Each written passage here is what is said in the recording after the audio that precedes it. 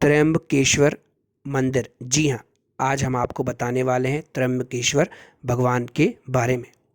श्री त्र्यंबकेश्वर भगवान का मंदिर नासिक जिले में स्थित है।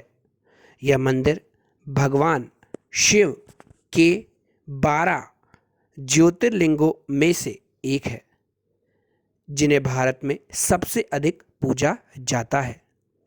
मंदिर के पास ब्रह्मगिरी नामक पर्वत से पुण्य सलीला गोदावरी नदी निकलती है।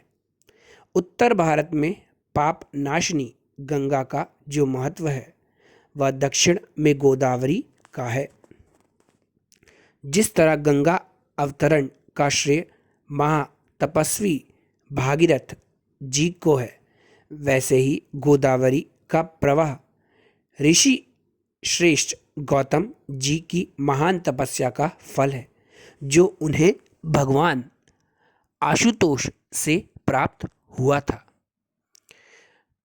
बृहस्पति के सिंह राशि में आने पर यहाँ बड़ा कुंभ मेला लगता है और श्रद्धालु जन गौतमी गंगा में स्नान कर तथा भगवान श्री त्र्यंबकेश्वर का दर्शन कर अपने को कृत्य मानते हैं।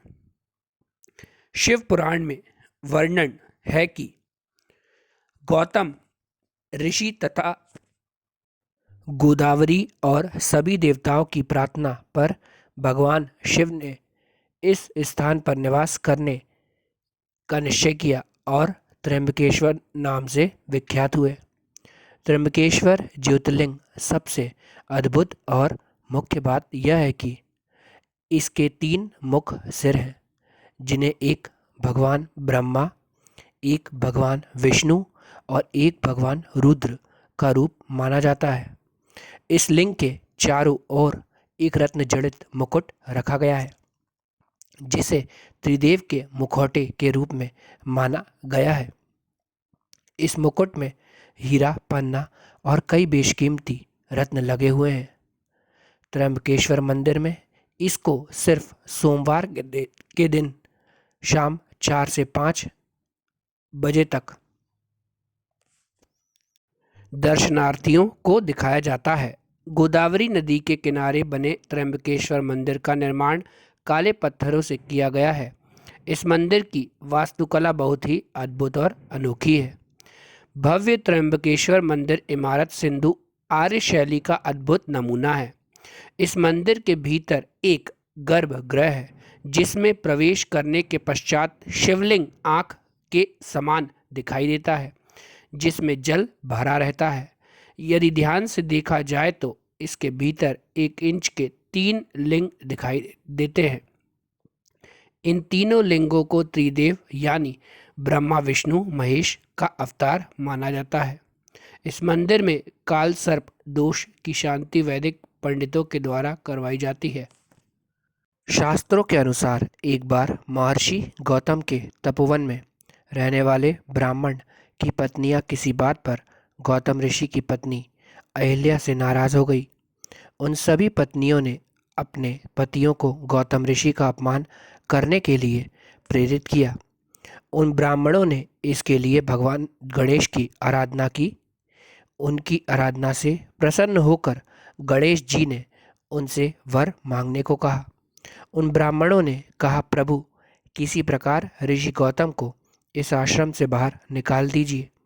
गणेश जी को विवश होकर उनकी बात माननी पड़ी। तब गणेश जी ने एक दुर्बल गाय का रूप धारण करके ऋषि गौतम के खेत में जाकर फसल खाने लगे। देववश गौतम वहां पहुंचे और तिनकों की मुट्ठी से उसे हटाने लगे। तृणों के स्पर्श से गौ पृथ्वी पर गिर पड़ी और ऋषि के सामने ही मर गई। उस समय छिपे हुए सारे ब्राह्मण एकत्रित होकर गौ हत्यारे कहकर ऋषि गौतम का अपमान करने लगे। ऐसी विषम परिस्थिति को देखकर गौतम ऋषि उन ब्राह्मणों से प्रायश्चित पूछा।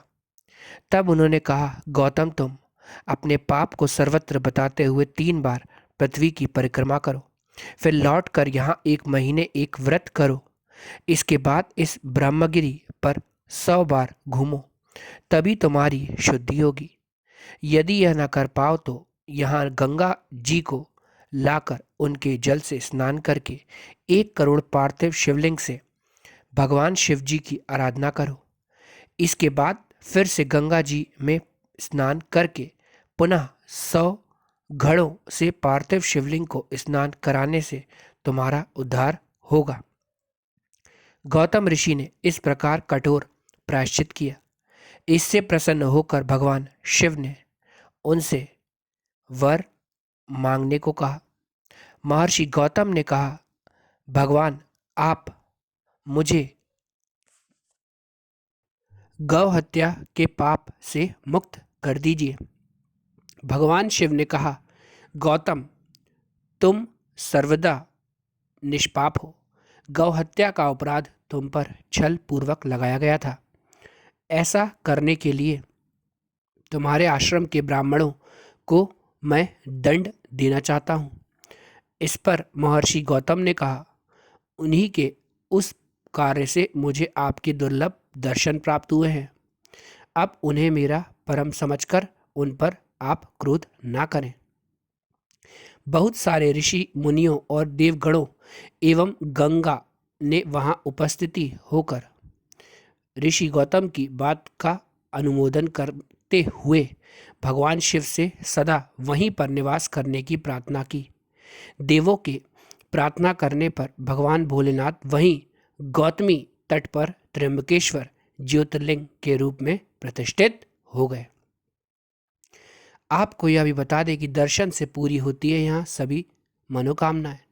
यह त्र्यंब नामक ज्योतिर्लिंग सभी कामनाओं को पूर्ण करता है।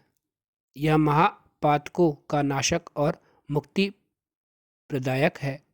जब सिंह राशि पर बृहस्पति आते हैं तब इस गौतमी तट पर सर्कल तीर्थ, देवगण और नदियों में श्रेष्ठ गंगा जी पधारती हैं तथा महाकुंभ पर्व होता है। तो दोस्तों यही था त्र्यंबकेश्वर मंदिर के बारे में। अगर आपको वीडियो अच्छी लगी हो तो लाइक करें, शेयर करें और सब्सक्राइब करें। अब हम मिलेंगे अगली वीडियो पर।